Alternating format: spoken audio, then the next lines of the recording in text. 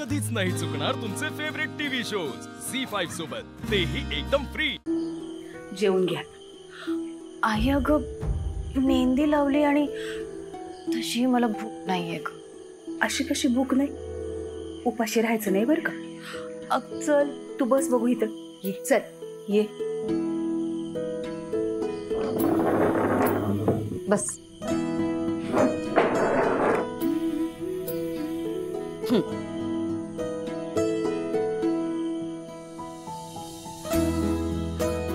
कसं जेवू?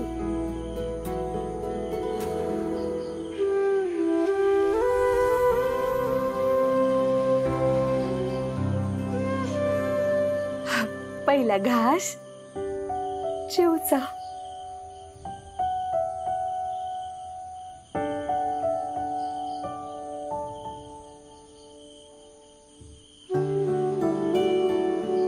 आणि हा दुसरा घास खाऊचा।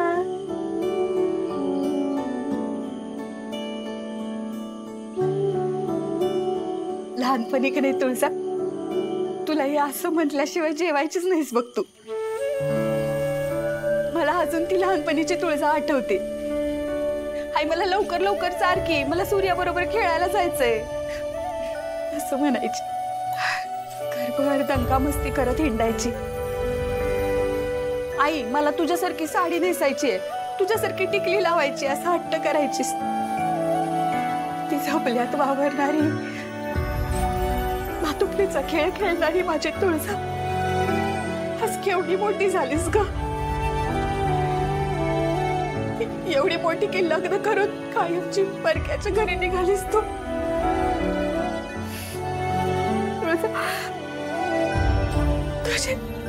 तुझ्या मनासारखे लाड मी करता आले नाहीत ग काही।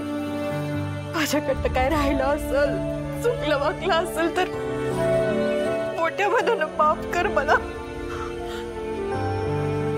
अक्का रडवू नका बरं लेकराला, नाहीतर जेवायची नाही पोर माझी।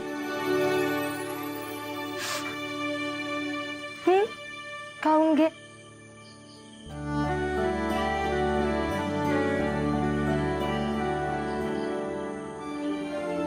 तुम्ही माझ्यासाठी खूप केलंय, पण मलाच तुमच्यासाठी काहीच करता आलं नाही। तुम्हाला खूप सोसावं लागलंय ह्या घरात। तुमच्या चेहऱ्यावर मी आनंद कधी बघितलंच नाही, सारखी भीतीच असायची।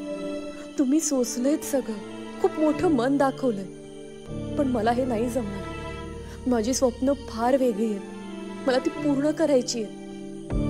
मला माझ्या सिद्धार्थ बरोबर सुखाचा संसार करायचा आहे, म्हणून मी तुम्हाला न सांगता पळून जाणार आणि त्यासाठी खरंच मला माफ करा।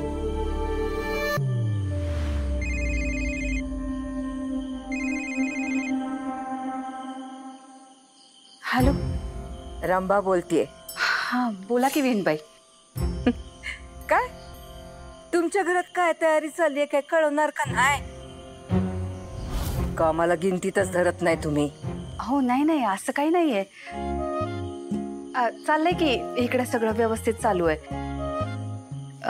आज घाणा भरला, मेहंदी काढली,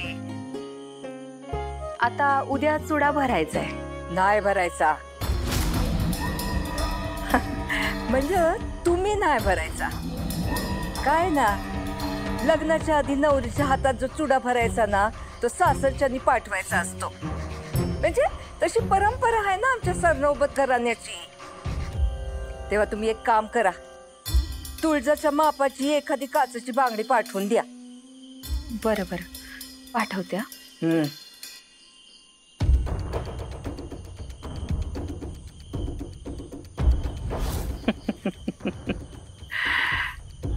या चुडा नाही, या तर बेड्या आहेत, बेड्या। त्या तुळजाच्या हातात या बेड्या घालून तिला जन्माची गुलाम नाही बनवली तर नावाची रंभा नाही।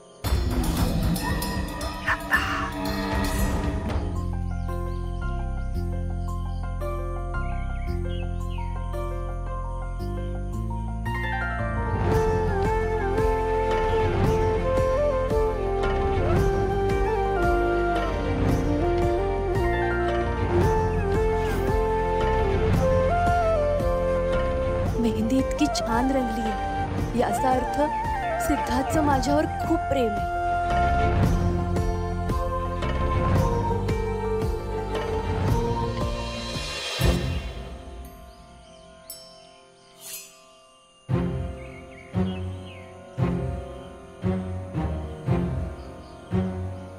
वा वा वा, या नवरदेव या, बसा.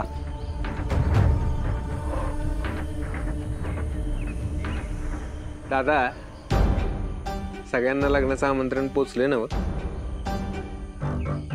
सगळ्यांचं नाही माहिती, जे आपल्या कामाचे आहेत त्यांना नक्की आमंत्रण पोचले. तू पण ना. येऊ का दाजी? या मेवणे या. नमस्कार आजी. आ, पाया पडतो. सुखीरा. बसा. ही बांगडी साईज म्हणून दिली होती. या साईजच्या बांगड्या द्या. आल्यासारखी घेऊनच गेलो असतो. हे घ्या. का व आम्हाला तर काय उचलता येत नाही वय बांगड्या. का आम्ही तुमच्या घरी आलो तर भूकंप होणार आहे? नाही तसं नाही म्हटलं, कशाला एवढ्यासाठी तुम्हाला त्रास.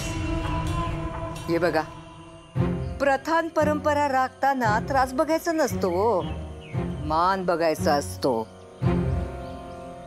आणि कसं आहे ना, असं कुणाच्या हातून कसं पाठवणार आम्ही?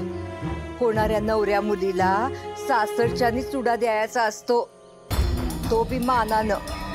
तेव्हा आम्हीच येऊ तुमच्या घरला. ठीक आहे, काहीच हरकत नाही. मी तसं घरी कळवतो. हा, येऊ मग. चला येतो. या साईजच्या बांगड्या दाखवा. नाही, याच्यापेक्षा एक साईज लहान द्या. ह्याच्यापेक्षा छोट्या साईजच्या कशा जातील? अगं 10तली एक तरी जाईलच की. आता 10तल्या 9 फुटल्या आणि तुळजाच्या हाताला लागल्या, काय फरक पडणार आहे? तिला बी समजल, सरनौबतांच्या घरात जायचं म्हणजे प्रत्येक गोष्टी जुळवून घ्यायला लागतं. अजय, तू तर आत्तापासूनच तिला तिची लायकी दाखवायला लागलीस की. एकदा तिला घरात येऊ देत, म्हणजे कळल तिला आमच्या इब्रतीला हात लावायची काय किंमत चुकवावी लागते ती. हे सगळे ठीक आहे आजी, जरा जपून. लगीन अजून व्हायचंय. काय फरक पडतो रे? आता हे लगीन मोडायची हिम्मत तिच्या बापात पण नाहीये. आता तिला कळल माझा खरा रंग काय असतो ते. कळालच.